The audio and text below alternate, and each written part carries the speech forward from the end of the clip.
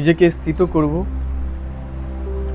আমরা আমাদের স্বস্থিতির আসনে, এবং ঈশ্বর আজ আমাদের যা বলল আমরা সেগুলো নিয়ে চিন্তা করব।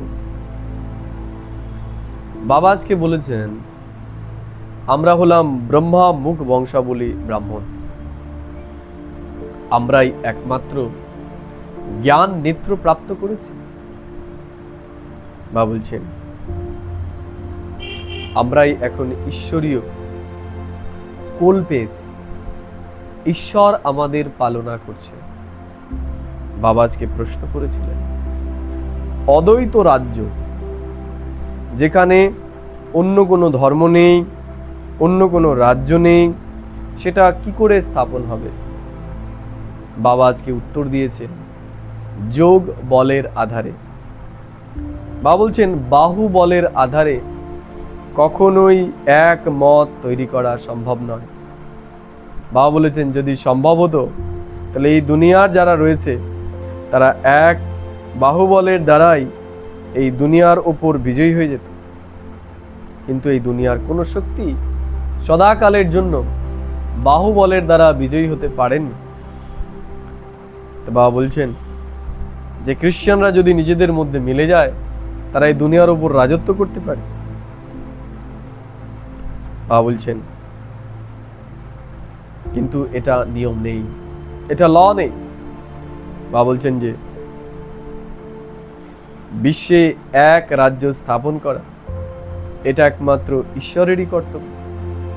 ঈশ্বর এসে এই সময় এই দুনিয়াতে পুনরায় এক ধর্ম, এক রাজ্য, এক বংশ, এক কুলের স্থাপনা করছে।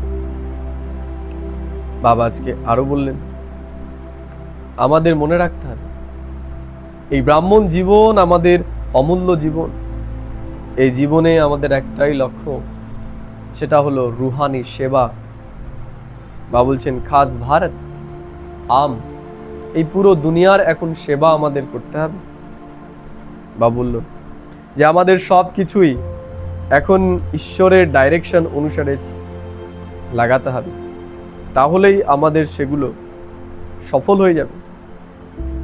বাবা বলছেন এখন আমাদের রুহানি হসপিটাল বা রুহানি ইউনিভার্সিটি খুলতে হবে। বরদান আজকে বাবা বললেন একরস স্থিতির অনুভব করতে গেলে আমাদের অতীন্দ্রিয় সুখের অনুভূতি করতে হবে, তাহলেই আমরা সমস্ত আকর্ষণ থেকে নিজেকে মুক্ত করতে পারব। বাবা বলছেন যখন ইন্দ্রিয়ের আকর্ষণ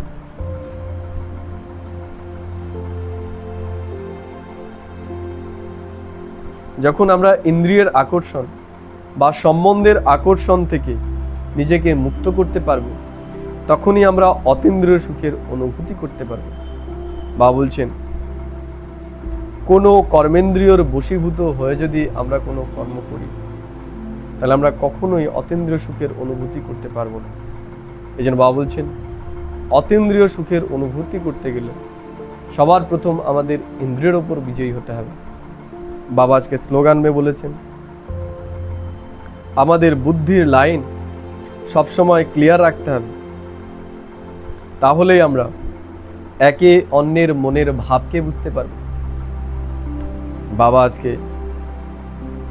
অব্যক্ত ইশারায় বলেছে যে আমাদের অচল অঢল এবং একরস স্থিতি বানাতে হবে।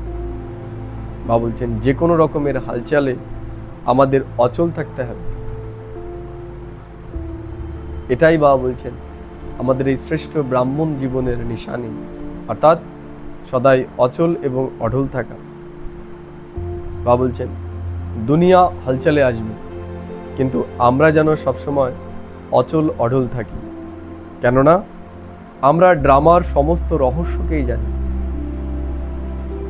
আমাদের নলেজফুল হয়ে পাওয়ারফুল আত্মা সদাই আমাদের অচল অঢল থাকতে হবে। আজ আমি সারাদিন এই বিশেষ চিন্তনের মধ্যেই থাকব এবং মনে রাখব এটা আমার শ্রেষ্ঠ ব্রাহ্মণ জীবন, এটা আমার অমূল্য জীবন।